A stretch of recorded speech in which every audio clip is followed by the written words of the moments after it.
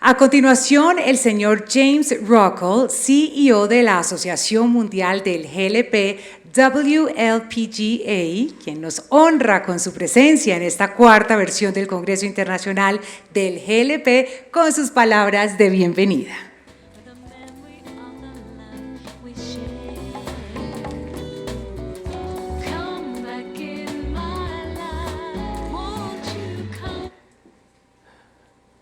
Buenos días a todos.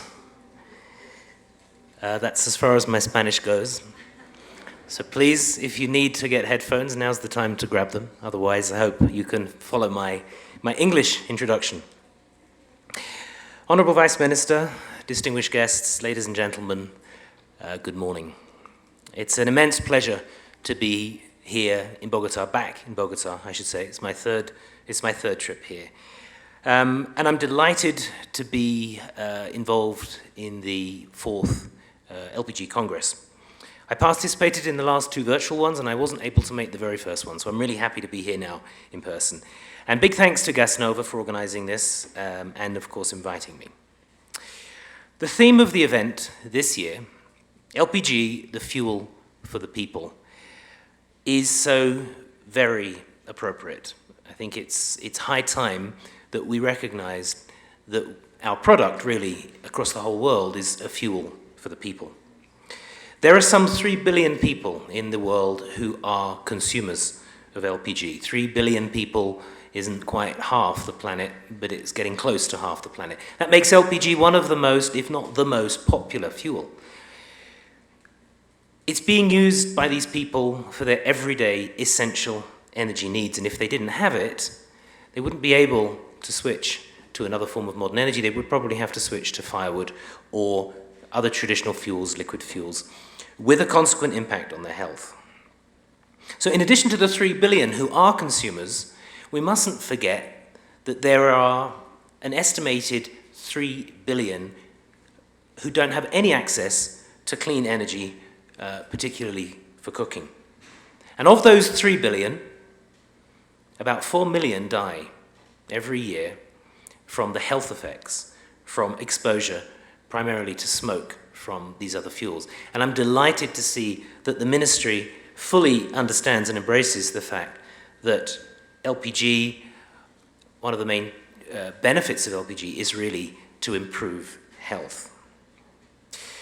Just come back to that 4 million figure for a moment because it's such a big figure, but to put it into context, it's more than the number of people who die every year from HIV/AIDS, malaria, and tuberculosis combined.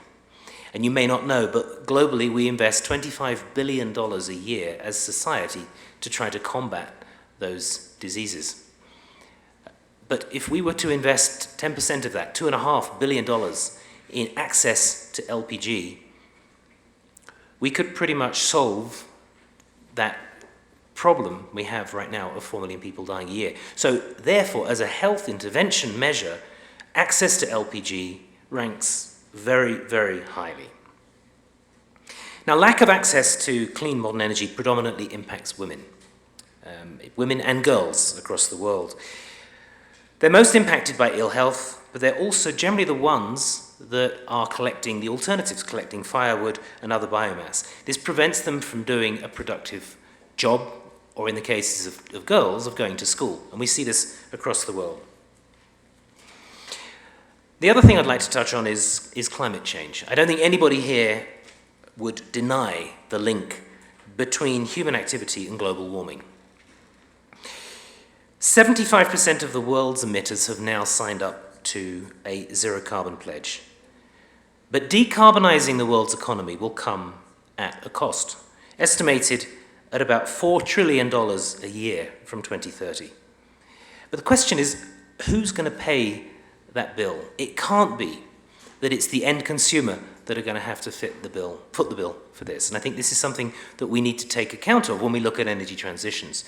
Energy transitions cannot be funded by the end consumer in their totality.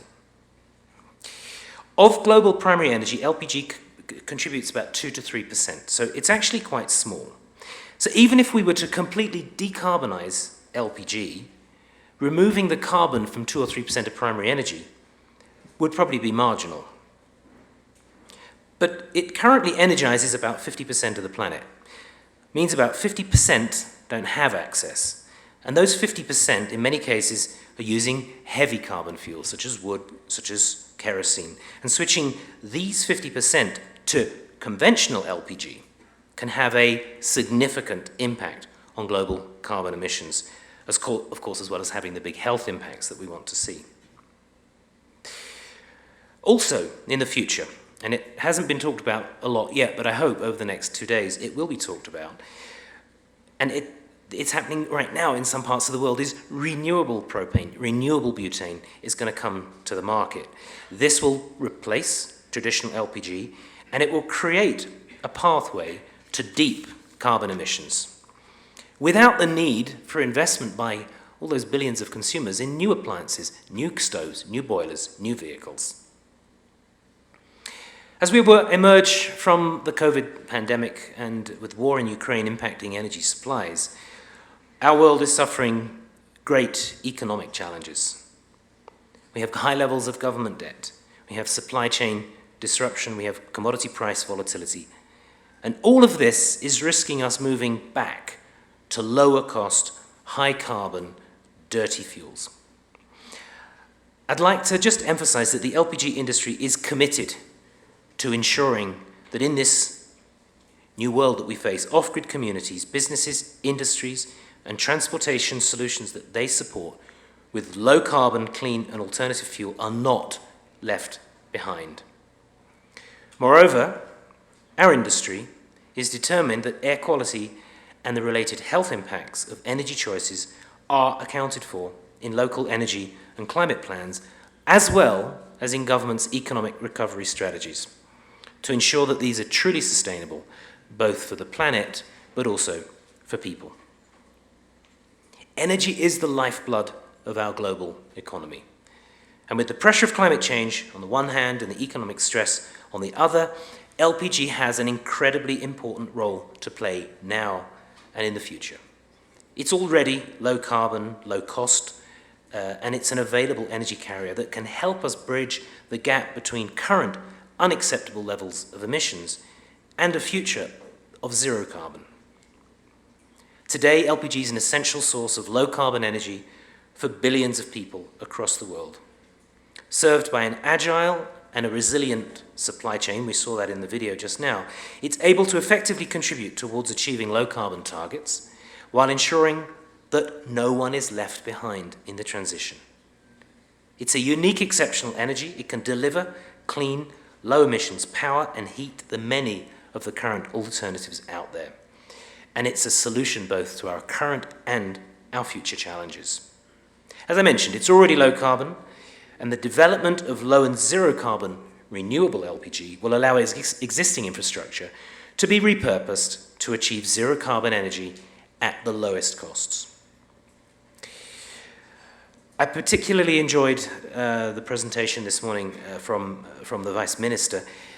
I think it's critical to see LPG as part of the solution to our energy challenges, and I think the focus on the 5 pillars that were presented is tremendous, because so often the focus is simply one-dimensional on achieving zero carbon, and we have to recognize that if we want to get there, there are a number of factors that have to be taken into account, and not least of all is putting people at the center of our decision-making.